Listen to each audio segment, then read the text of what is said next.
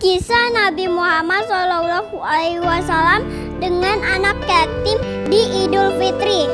Seperti yang telah kita ketahui, Nabi Muhammad menaruh perhatian yang sangat besar terhadap anak yatim. Pada suatu hari, Nabi Muhammad pergi keluar rumah untuk melaksanakan sholat Idul Fitri, sementara anak-anak bermain dengan gembira di jalanan. Namun di kejauhan tampak seorang anak kecil duduk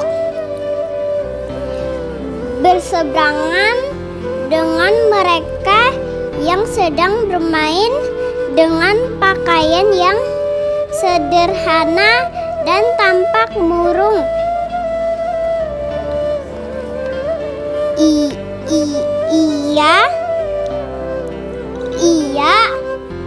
Ia menangis terseduh.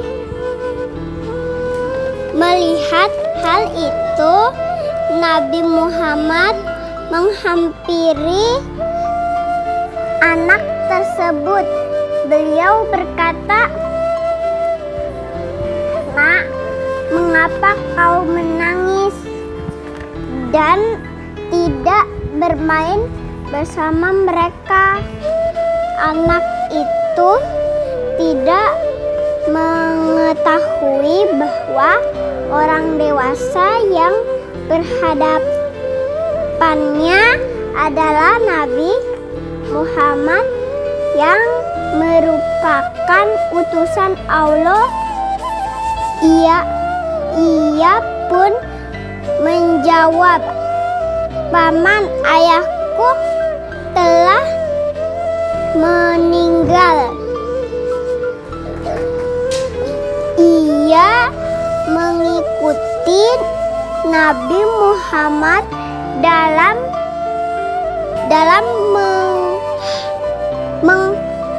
menghadapi musuh di sebuah pertempuran, tetapi ia telah gugur dalam medan pertempuran. Nabi Muhammad mendengarkan secara seksama rangkai peristiwa dan nasib malang yang menimpa anak tersebut. Anak itu melanjutkan ceritanya, "Ibuku menikah lagi. Ia mengambil warisanku yang merupakan peninggalan ayahku, sedangkan suaminya mengusirku. Kini aku tak memiliki siapapun dan hari ini aku melihat teman sebanyakku merayakan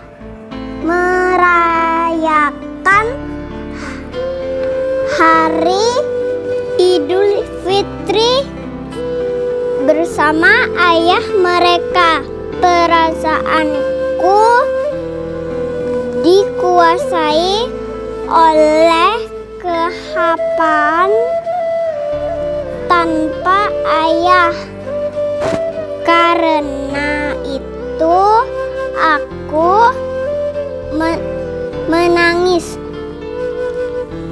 Mendengar penjelasan dari anak malang itu, Nabi Muhammad runtuh. Ternyata masih banyak anak yatim dari sahabat yang gugur membela agama dan Rasul di medan perang yang mengalami nasib malang seperti anak itu. Namun Nabi Muhammad segera menguasai yang duduk berhadapannya. Nah, dengan anak ini segera menggenggam tangannya. Apakah kaum sudi apabila aku menjadi ayahmu, Aisyah menjadi ibumu, Ali menjadi pamanmu, Hasan Husain menjadi saudaramu, dan Fatimah menjadi saudaramu? Tanya Nabi Muhammad. Mendengar tawaran itu, anak itu seketika mengerti bahwa yang di hadapannya adalah Nabi Muhammad Sallallahu Alaihi Wasallam. Kenapa tak sudi, wahai utusan Allah? Jawab anak ini dengan senyuman terbuka. Nabi Muhammad kemudian membawa anak angkatnya pulang ke rumah. Di sana anak ini diberikan pakaian terbaik. Ia dipersilakan makan hingga kenyang. Penampilannya diperhatikan, lalu diberi wangi-wangi.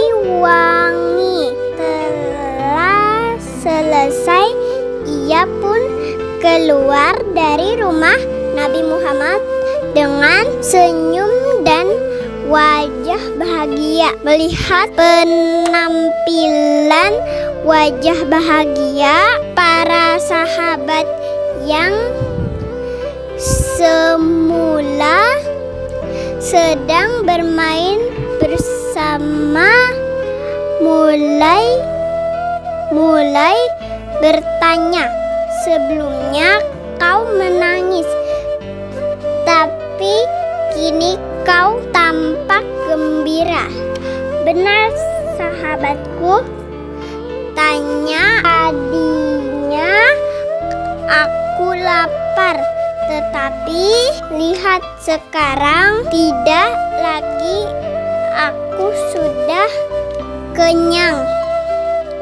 Dulu aku memang tidak berpakaian bagus, tetapi kini lihat sekarang aku mengenakan pakaian bagus.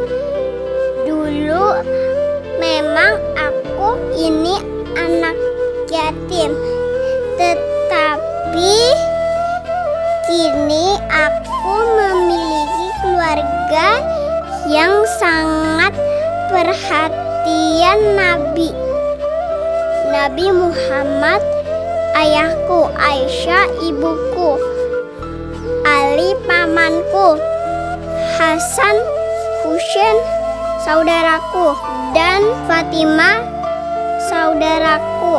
Bagaimana aku tidak bahagia mendengar cerita sahabatnya. Mereka tampak menginginkan nasib serupa. Sampai salah satu dari mereka berkata, coba saja ayah kita juga gugur pada perang itu, sehingga kita juga diangkat sebagai anak Nabi Muhammad. Lalu waktu terus berjalan, usia pun semakin bertambah. Kebahagiaan anak ini lenyap ketika selang beberapa Setelah itu Nabi Muhammad meninggal dunia.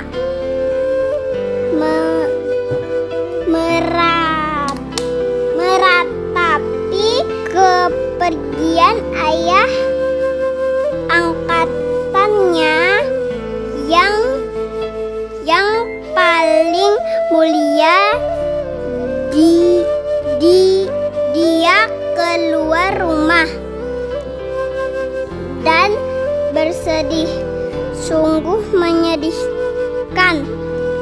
Kini aku kembali terasing. Aku bukan siapa-siapa lagi. Aku kini menjadi yatim yang kesepian, katanya sambil menangis. Sedih Abu Bakar Asyidin yang menyaksikan kesedihan anak ini pun segera memeluknya. Abu Bakar kemudian mengambil alih pengasuhannya. Allahu alam, semoga kisah ini dapat mempertebal iman kita dan semakin percaya terhadap kebesaran kuasa Allah. Amin ya robbal alamin.